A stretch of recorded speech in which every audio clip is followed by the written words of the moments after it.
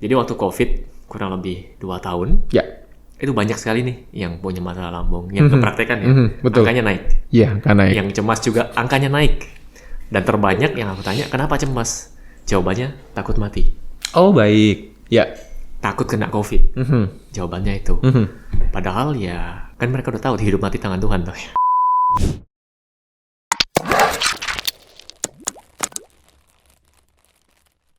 Halo Sobat Sehat, jumpa lagi dengan kita berdua, saya Dr. Hans dan Saya Dr. Sung. di channel kesayangan kita 3H Hidup Happy Healthy. Oke, jadi kali ini finally we are back here ya. Setelah sekian lama buat Sobat Sehat yang sudah nungguin kita berdua, dan kali ini kita mau bahas mengenai masalah lambung. Yap. Kemudian yang ada hubungannya dengan kecemasan atau Anxiety. yang sekarang lebih dikenal dengan anxiety disorder ya, makanya banyak orang yang butuh healing Yap. ya. Dan juga masalah-masalah stres lainnya kita simak setelah yang satu ini. Bekatul beras merah merupakan solusi kolesterol alami dan terbuat dari bahan herbal. Ingat kolesterol, ingat Bekatul beras merah. Dapatkan hanya di boxsehat.com. Dr. Hans, Yes. ini kan baru habis liburan kemarin ya. Banyak orang yang happy tuh. Ya. Bisa mudik, Happy waktu liburan, happy waktu liburan. cemas waktu pulang Oh, biasanya. biasa gitu ya. Iya. Kembali ke dunia nyata. Kembali ke dunia nyata, apalagi buat orang-orang yang agak sulit menerima realita ya. Biasanya kalau waktu liburan kan dikencarin nih dok. Biasanya menikmati semenikmatinya gitu. Waktu pulang biasanya udah mulai cek apa aja yang bisa digadain gitu. Oh gitu ya. Makanya penjualan HP meningkat pada saat Penjualan, selesai. iya betul. Itu kan memang siklusnya orang hidup seperti itu ya. Nah, salah satunya yang sering terjadi dok. Hah, Biasanya udah mulai ada masalah-masalah lambung tuh. masalah lambung. Oke. Iya, masalah-masalah lambung gitu. Tapi sebelum liburan kan ini sudah. Jadi waktu COVID kurang lebih 2 tahun, Ya, itu banyak sekali nih yang punya masalah lambung, yang kepraktekan ya. betul. Angkanya naik. iya kan naik. Yang cemas juga angkanya naik. Dan terbanyak yang aku tanya, kenapa cemas? Jawabannya, takut mati. Oh baik, ya. Takut kena COVID. Mhm. Jawabannya itu. Mhm. Padahal ya, kan mereka udah tahu hidup mati tangan Tuhan tuh. Oh, bisa sih. Cuma kan tinggal waktunya lebih mana yang lebih cepat Oke, gitu ya. ya. Mana yang lebih cepat gitu. Oke, jadi kalau kita ngomongin mengenai masalah stres sendiri dok ya, masalah stres ya. Stres ini kan memang jenisnya juga banyak ya. Ada orang yang resah gitu karena tadi ya mungkin takut mati ya. Ada orang yang resah karena mungkin banyak hutang ya. Ada orang yang stres karena mungkin ya tertekan karena pasangan. Ya. Oke. Nah, jadi banyak nih stres. Tapi yang paling sering mungkin orang nggak sadar kalau ketika mereka stres itu ada masalah kesehatan juga yang bisa ditimbulkan. Gitu. Nah, itu Nah, dia. salah satunya itu masalah lambung yang paling banyak terjadi. Jadi terutama masalah GERD ya dok ya. Saya kan juga Betul, banyak masalah handle, lambung. ya banyak handle orang-orang yang punya masalah GERD gitu. Saya rasa hampir semua orang pernah ngalami deh. Betul. Tinggal ya pernah. Saya juga pernah. Iya, tinggal level keparahannya aja. Ya. Tinggal level keparahannya aja dalam arti terjadinya mungkin seminggu sekali, sebulan sekali, setahun sekali, Itu tiap hari. atau setiap hari. Kan gitu. Nah, GERD ini kan kita juga sebetulnya udah pernah bahas ya dok ya waktu kita buat kursus asam lambung ya. Yap. Ya, jadi biar buat sobat sehat yang punya masalah asam lambung dan just for information aja, memang masalah lambung itu kan banyak sekali jenisnya. Salah satunya GERD tuh yang paling sering. Nah, saat ini ya. Betul. Nah, orang itu sering kali kalau GERD biasanya kan yang dipikir itu ini nggak boleh makan apa ya gitu, atau obatnya apa Yap. gitu. Obatnya apa, nggak boleh Kayaknya makan. respon awal Betul. orang-orang kalau sakit kan tanya obatnya apa. Obatnya apa? Itu pertanyaan pertama Cari yang obat paling yang sering. paling bagus apa? Betul, obat yang Padahal paling kan bagus. tidak sesederhana itu. Betul. Yang kedua, nggak boleh makan apa dok? Nah, kan biasanya gitu. Nggak boleh makan apa dan harus makan apa. Nah, itu. Jadi Kan itu sudah jadi template. Iya, template-nya. Jadi obat, dietnya gimana? Makan apa, nggak boleh makan apa gitu. Padahal kalau untuk bicara tentang kesehatan kan ini holistik. Betul. Jadi bukan cuma bahas tentang obat apa, makan apa. Yes. Jadi mulai dari kita bangun tidur, apa yang kita pikirkan, apa yang kita lakukan, itu kan pengaruh semua. Betul. kan? Betul. Dan yang paling sering di-ignore itu bagaimana kita bisa memanage masalah-masalah kita. Betul. Gitu. Dan ini sekarang sudah banyak terjadi juga sama anak-anak muda. Jadi bukan cuma orang dewasa yang sudah usia 40-an ke atas, Tapi anak-anak muda yang sedang mengejar karir, Betul. jadi mulai dari usia 20-an ke atas, itu udah banyak. Itu sebutannya apa ya sekarang ya? Sebutannya apa itu ya? Kalau untuk anak-anak yang mengejar karir itu Apa? Eksekutif muda. bukan fenomena apa itu ya kalau kita bilang ya. Lupa saya namanya apa Bahasa juga. Jaksel. Ada fenomena. Saya tidak ada mengikuti. krisis apa itu namanya? Krisis identitas. Nggak tahu Bukan, saya, bukan, beneran, bukan. saya nggak tahu. Oke. Ada sebutannya tapi cuma saya lupa. Buat sobat sehat mungkin yang tahu bisa komen ya di bawah ini ya. Ada sebutannya krisis yang untuk anak-anak yang dalam arti mengejar karir itu tadi. Cuma saya lupa apa sebutannya gitu karena tidak mengikuti tren-tren yang seperti itu juga. Tapi intinya memang setiap orang masih punya masalah ya. Setiap orang masih punya masalah dan bagaimana bahkan dalam arti selama kita hidup pun kita akan always facing the problem gitu kan, dalam arti ya again gimana kita mengontrol masalah itu lebih penting dibanding kita mengatasi masalah itu sendiri gitu, dengan dalam arti mengatasi masalah dengan hal-hal yang kita mungkin bisa berpikir dengan obat-obatan ya, atau kebanyakan orang-orang sekarang kalau mereka cari simpelnya mereka cari simpelnya, let's say ketika mereka cemas atau mungkin mereka dalam arti stres yang bilangnya gitu, ya udah minum obat penenang gitu.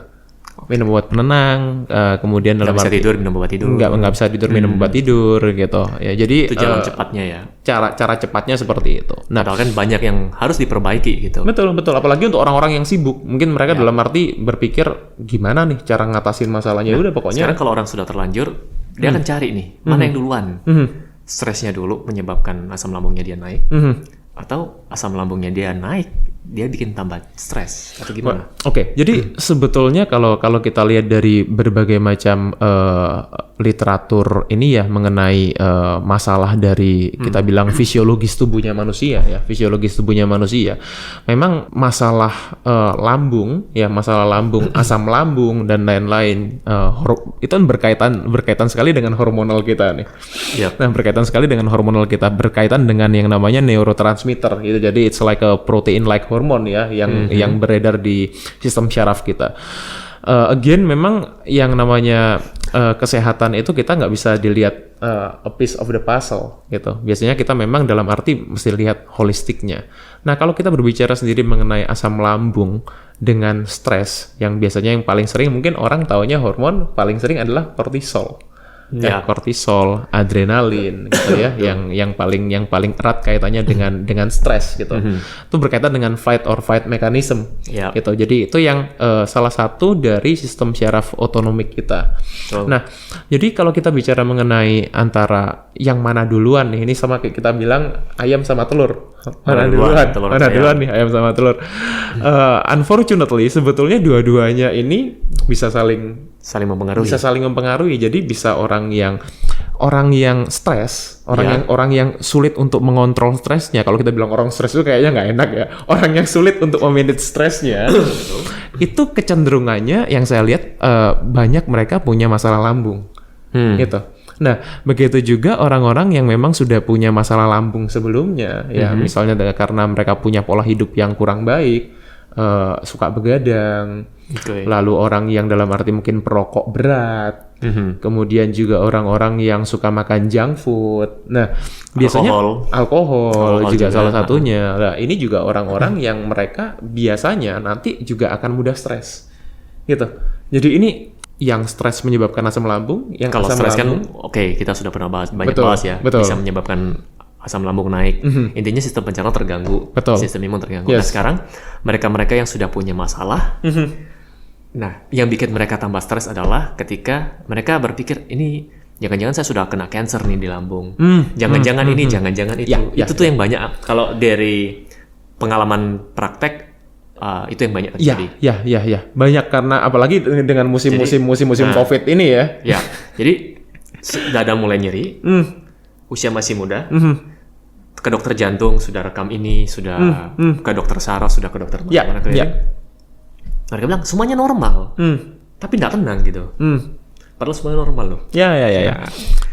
Health anxiety juga ya. Jadi kecemasan terhadap kesehatan, terutama untuk orang-orang mungkin yang ya dengan musim-musim pandemi gini kan kebanyakan orang memang sudah awareness-nya mengenai kesehatan juga semakin meningkat gitu. Itu juga salah satu bisa kita bilang salah satu jenis anxiety juga, salah satu jenis kecemasan juga yang nanti manifestasinya bisa ke lambung juga. Ke lambung juga ya, gitu. Memperparah penyakit. Iya, memperparah penyakit juga. Jadi ini jadi kayak lingkaran setan ya dok ya.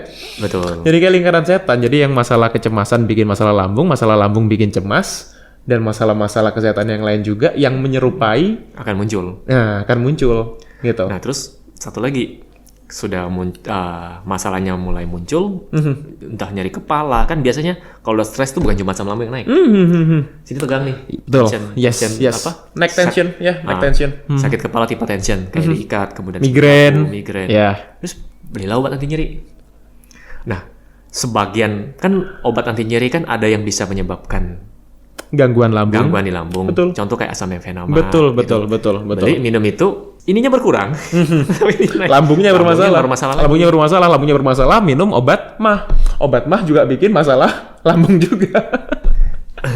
Nah, jadi udah memang kalau kita bicara mengenai obat ini bukan kita tidak setuju dengan obat-obatan, tapi dalam arti bagaimana kita bisa menggunakan obat dengan bijak. Itu kan memang dalam arti perlu supervisi ya dok ya, dalam arti perlu pendampingan dokter, kita perlu konsultasi dulu.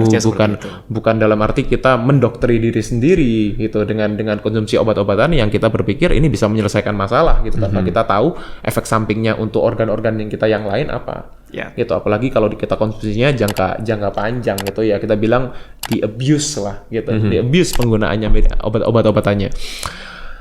Obat pusing tadi ya, terus obat mah itu juga golongan antasida, terutama obat mah sendiri kan banyak. Ya, obat mah ada PPI, proton pump inhibitor, kemudian ada antihistamin 2. Yes, gitu. Nah, jadi obat-obatan termasuk obat antidepresan sendiri.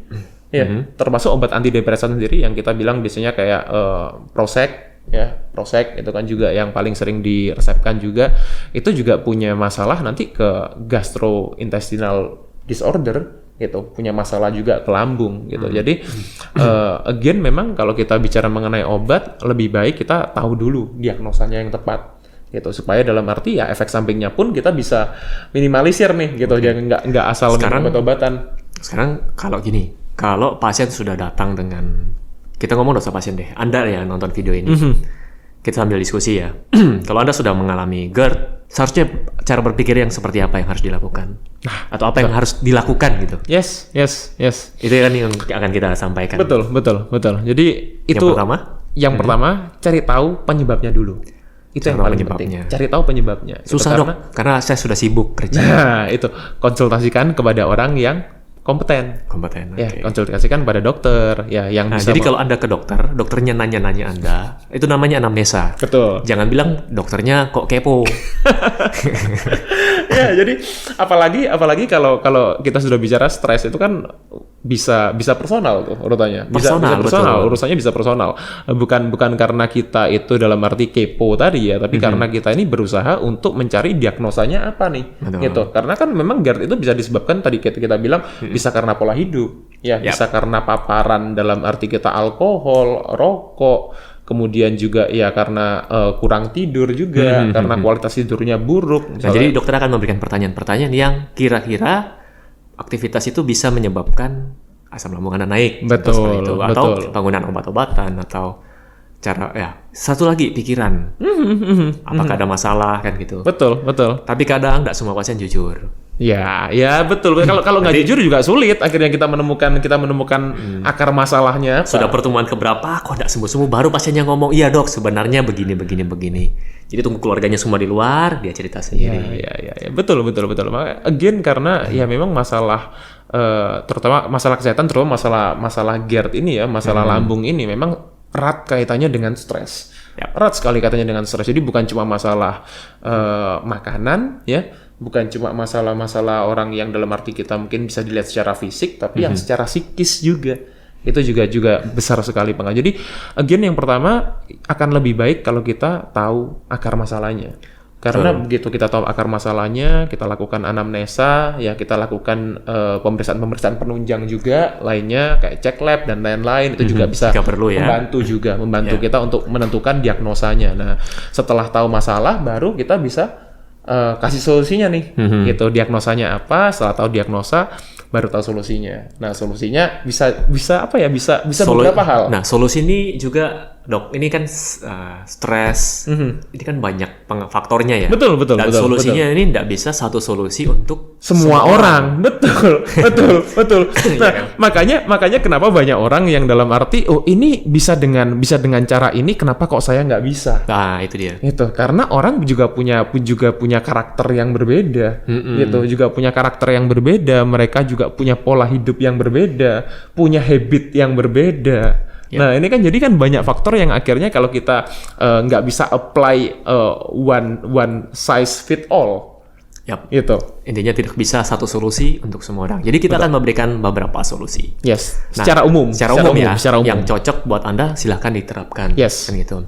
Yang pertama tadi sudah kalau Anda tidak bisa cari akar masalahnya, silakan kunjungi orang yang ahlinya. Contohnya dokter kepercayaan Anda, silakan ceritakan semuanya. Jadi kalau dokternya banyak tanya, ya jangan ngomel, jangan marah. Kok dokternya kepo banget.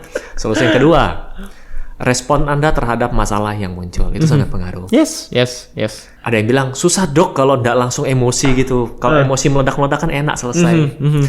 Sebetulnya ada beberapa cara ya. Ada beberapa cara untuk melatih emosi kita. Salah satunya dengan teknik pernafasan. Itu juga penting juga. Olahraga itu juga bisa menekan stres kita. Ya jadi ini hal-hal yang bisa diupayakan ya dok ya dalam arti untuk menekan stres. Kemudian dengan terapi air dingin itu juga bisa. Terapi air dingin. Jadi kayak kum ya berarti. Iya. Mandi es itu juga bisa. Jadi dia bisa tolong kalau untuk mandi es cek kesehatan dulu ya. Betul.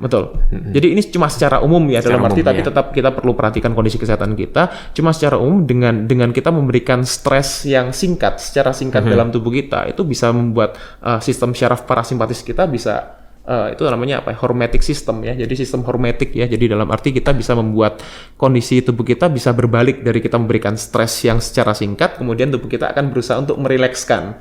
Nah, itu sebabnya kenapa orang-orang yang ice bath itu istilahnya kalau kita bilang ice bath atau dalam arti kum air es tadi ya, kum air es dalam waktu singkat ya. Jadi nggak perlu dilakukan tiap hari juga, itu juga bisa membantu untuk membuat kita menjadi orang yang lebih tenang. Ada yang rendam kaki, betul. Rendam air garam lah atau apa gitu. Akupuntur bisa nggak dok? Akupuntur. Nah itu spesialnya dokter sangat membantu. Akupuntur juga salah satu buat sobat sehat yang mungkin sering sebenarnya aku mau bahas itu di akhir sih. Oke. Tapi nggak apa-apa. Ya, kebetulan kita kan lagi touch ke arah dalam arti how to manage the emotion ya dok. Betul. Karena prinsipnya akupuntur kan dia menstabilkan kembali. Ya. Sebenarnya yang menstabilkan bukan jarumnya sih, tubuh kita. Cuma perlu dirangsang dari luar. Betul. Jadi tubuh kita bisa meregulasi kembali. Iya. Saya adalah salah satu orang yang sudah pernah mencoba. Ya, jadi pada beberapa waktu yang lalu, dokter Su mungkin juga masih ingat. Ya, saya mengalami stres yang cukup berat. Ya. Masalah dengan pasangan. Kemudian akhirnya dampaknya adalah ketidur. Dampaknya tidur. Ya, susah tidur gitu. Pikir-pikir kenapa ya kok susah tidur ya, padahal sebelumnya nggak pernah mengalami hal yang seperti itu. Perasaan everything is just like, karena begini, dokter itu kadang tidak bisa mengobati dirinya sendiri. Nah, betul. Butuh konsultan. betul. Ya, betul. That's why kita perlu lingkungan yang bisa yang bisa mensupport kita gitu. Itu penting. Jadi support system itu penting. Jadi setelah ngobrol-ngobrol baru ketahuan. Masalahnya ternyata. itu. Tapi by the way, sebelum masalahnya pun kelar pada waktu itu juga cukup membantu ketika di akupuntur gitu. Ya memang perlu perlu rangsangan tadi ya, perlu trigger gitu. Tapi untuk kembali lagi, walaupun kita sudah akupuntur, kita terapi obat, tapi kalau permasalahannya belum selesai, dia akan membantu sementara. Betul. Nanti dia akan naik lagi. Temporary aja. Iya. Temporary. Sama dengan obat-obatan, dia hanya meredakan gejalanya, tapi tidak menyelesaikan masalahnya. Gitu. Jadi kita sudah balance kan, masalahnya belum selesai, kacau lagi. Betul. Itu kalau dari sisi akupunturnya. Iya, ya itu sebabnya berusaha untuk cari akar masalahnya, meskipun itu tidak mudah. Sekalian promosi deh, yang mau akupuntur boleh cek IG-nya di sini, silakan di follow. Yes, betul. Oke ya, cek lanjut. Langsung. Selanjutnya apa lagi dok? Jadi solusi ya, jadi kita bilang kalau kita mau berbicara mengenai solusi itu jadi sudah dari pikirannya, kemudian dari akupuntur. Betul. Dari terapi rendam kaki terus rendam air dingin, apalagi dok?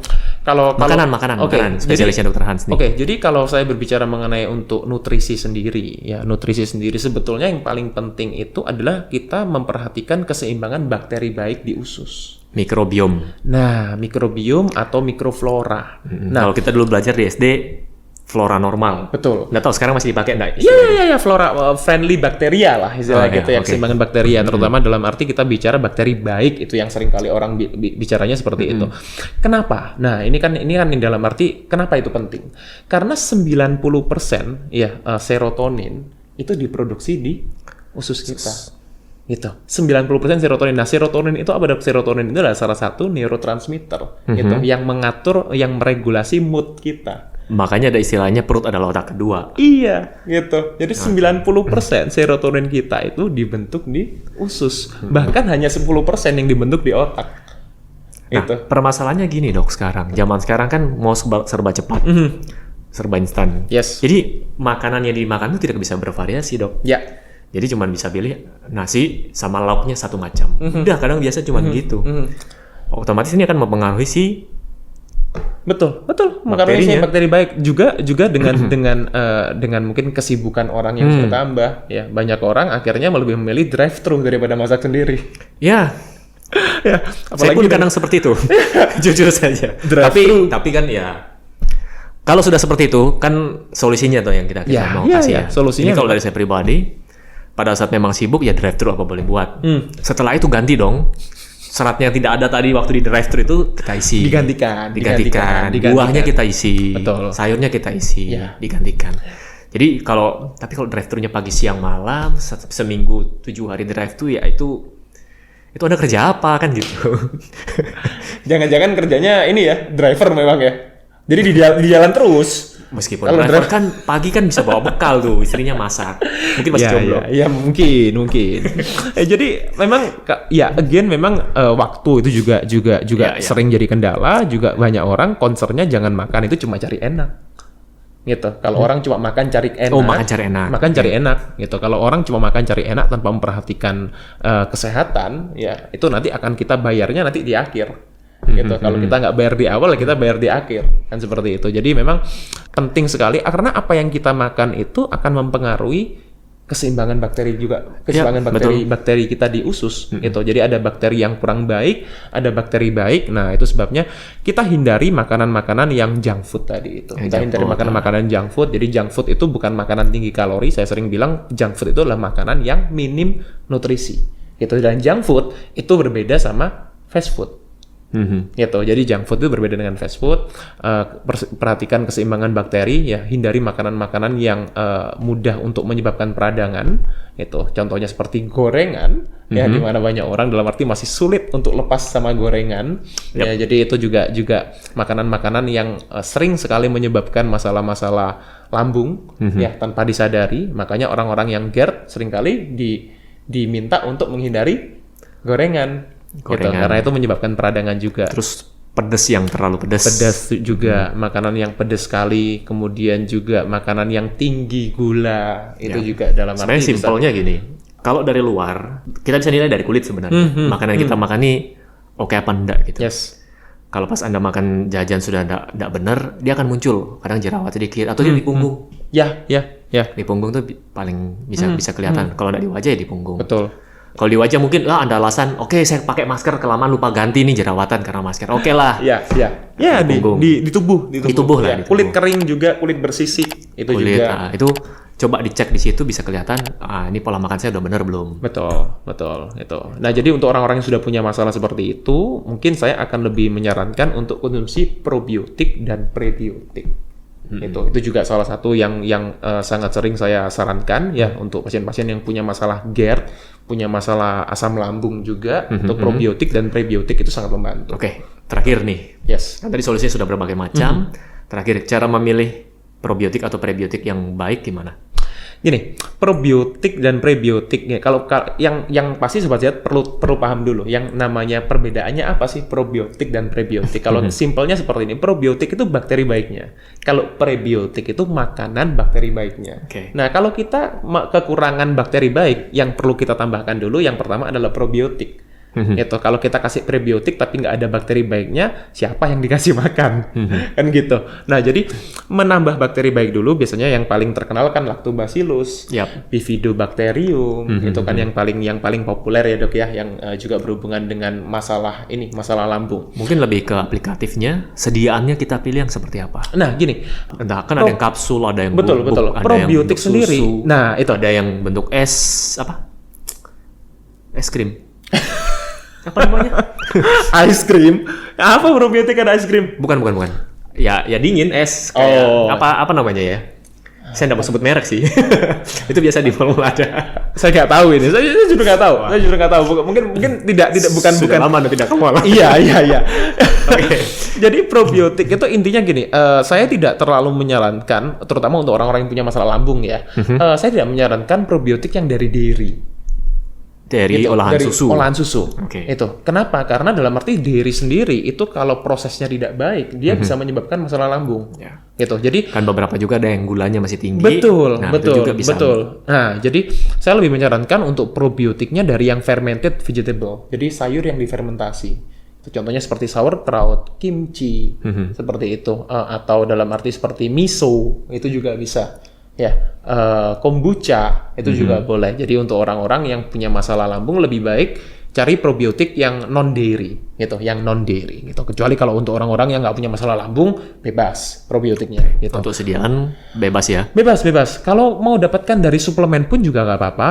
Just make sure kita dapat dari suplemen yang baik, dibaca ingredients-nya, jangan cuma dilihat label harganya. Terus penyimpanan juga penting. Betul. Jangan kena sinar matahari lama, ya itu udah rusak sih, udah mati. Yes. Intinya probiotik itu jangan yang tinggi gula. Itu karena kalau kita dapatkan probiotik yang tinggi gula itu bisa mengurangi ya manfaatnya, benefitnya. Kalau kita jadi cari sebisa mungkin probiotiknya yang bukan ada efeknya, tetap ada efek baiknya. Cuman gulanya juga punya efek lain. Betul. Dimana gula ini kan juga makanannya bakteri, gitu ya. Jadi itu yang pertama. Yang kedua, kalau sudah cukup bakteri baiknya, baru kita tambahkan prebiotiknya. Nah, prebiotiknya paling simpel ya dari sayur-sayuran, ya dari selulosa, dari seratnya. Betul, dari sayur-sayuran. Buah-buahan masih oke, tapi ya memang dalam arti juga harus dibatasi karena buah-buahan juga kebanyakan mayoritas juga tinggi gula, gitu. Jadi saya lebih boleh menyarankan yang netral lah, buah-buahan netral, apel, ya, beri-berian, ya, gitu, kiwi juga oke, gitu. Nah, tapi secara umum saya lebih menyarankan untuk lebih banyak sayuran-sayuran, terutama sayuran hijau. Itu yang paling banyak prebiotiknya. Gitu. Jadi mungkin itu yang penting ya dalam arti supaya sobat sehat juga lebih paham yang dibilang probiotik itu apa, prebiotik itu apa, memilihnya bagaimana, itu mungkin lebih bisa diaplikasikan. Gitu. Oke, mungkin cukup sekian ya. Kita bikin video udah panjang dan di video selanjutnya kita mau bahas apa ya? Aku ada kepikiran mau bahas tentang anak muda sekarang kan lebih banyak yang pilih ke e-sport. Oke. Kita bahas dibandingkan olahraga yang di dunia maksudnya nyata. Ya itu. Ya bisa. Nanti next time atau mungkin sobat Zat punya request bisa komen di sini ya apa yang mau kita bahas. So next time kita akan ketemu lagi. Stay fit and stay healthy. See you.